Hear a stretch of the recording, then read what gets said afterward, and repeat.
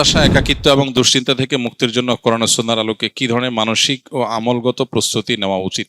হতাশা, একাকিত্ব, দুশ্চিন্তা এগুলো এখন আমাদের সমাজের একটা কমন বিষয়ে পরিণত হয়েছে। মজার বিষয় হলো, এ বিষয়ে যারা এক্সপার্ট আছেন, যারা সাইকোলজি নিয়ে কাজ করেন, তাদের অনেকের বক্তব্য হলো ডিপ্রেশন এটা বড় লোকের রোগ, এটা কোনো গরিবের রোগ না।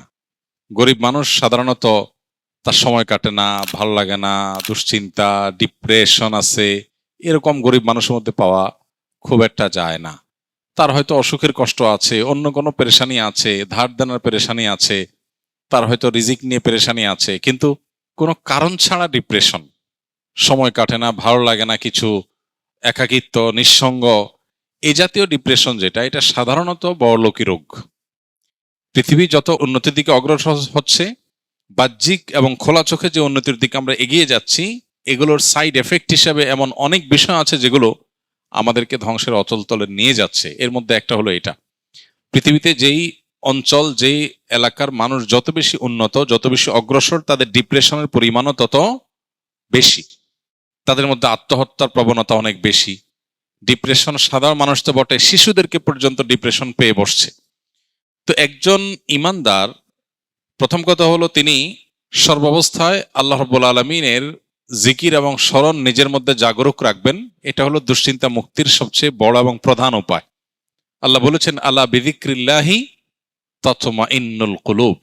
আল্লাহর জিকির এবং স্মরণ, এটা দিয়ে যদি কেউ সদা তার অন্তরকে জাগ্রত রাখে, আল্লাহর সাথে যদি কেউ কানেক্টেড থাকে সব সময়, তাহলে তার অন্তর প্রশান্ত থাকবে, স্থির থাকবে, ডিপ্রেশন তার অন্তরকে পাবে না। এখন আমরা সোশ্যাল মিডিয়া বলি, নেটের কানেকশন বলি, নানান যে আসক্তি এবং নানান কাজে যে আমাদের দিন এবং রাতের উল্লেখযোগ্য সময় আমরা সেদিকে দিয়ে থাকি। সোশ্যাল মিডিয়াতে কোনো আনন্দ, কোনো বেদনা, যেগুলো আমাদেরকে সর্বমুহূর্তে আমাদের ফোকাসকে বিক্ষিপ্ত করে ফেলছে। কখনো আমরা একটা নিউজ দেখে আনন্দিত হয়ে যাচ্ছি, কখনো আরেকটা নিউজ দেখে আমরা বেদনাহত হচ্ছি, কারোর স্ট্যাটাস দেখে আমরা ক্ষুব্ধ হয়ে যাচ্ছি, কারোটা দেখে আমরা খুশি হয়ে যাচ্ছি। এই যে ছোট ছোট ডোপামিন গুলো, এগুলো আমাদের মন, মস্তিষ্ক, চিন্তা ধারা এগুলোকে বিক্ষিপ্ত করে ফেলে। আমাদের ডিপ্রেশন বলি, দুশ্চিন্তা বলি, আমাদের ভালো লাগে না এই ভাব বলি, এটার অনেক বড় একটা কারণ হলো এই জায়গাটা।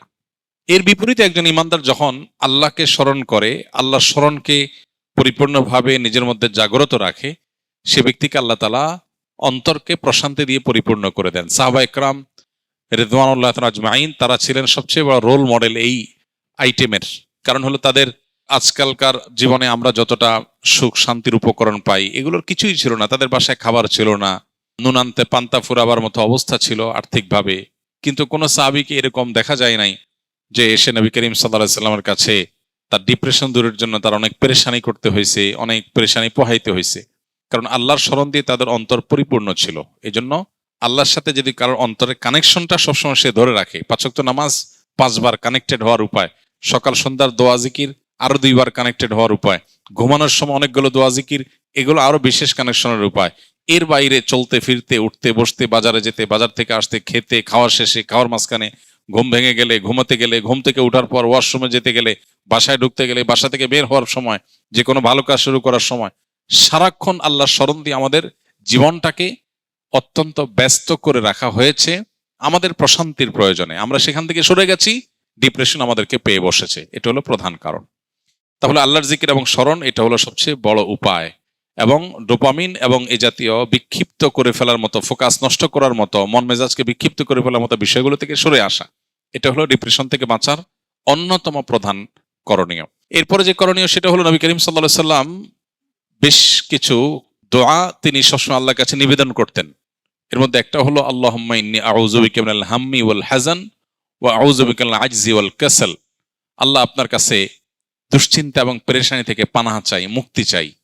এই যে দোয়া নবীজি করেছেন, এই দোয়াটা বেশি বেশি করা যেতে পারে। আল্লাহুম্মা ইন্নী আউযু বিকা মিনাল হাম্মি ওয়াল হাযান। আল্লাহ, আপনার কাছ থেকে পেরেশানি এবং দুশ্চিন্তা থেকে আমি পানাহ চাই, মুক্তি চাই। একদম নবীজি সাল্লাল্লাহু আলাইহি ওয়াসাল্লামের ভাষায় আমরা এই দোয়াটা আল্লাহর কাছে বেশি বেশি নিবেদন করতে পারি।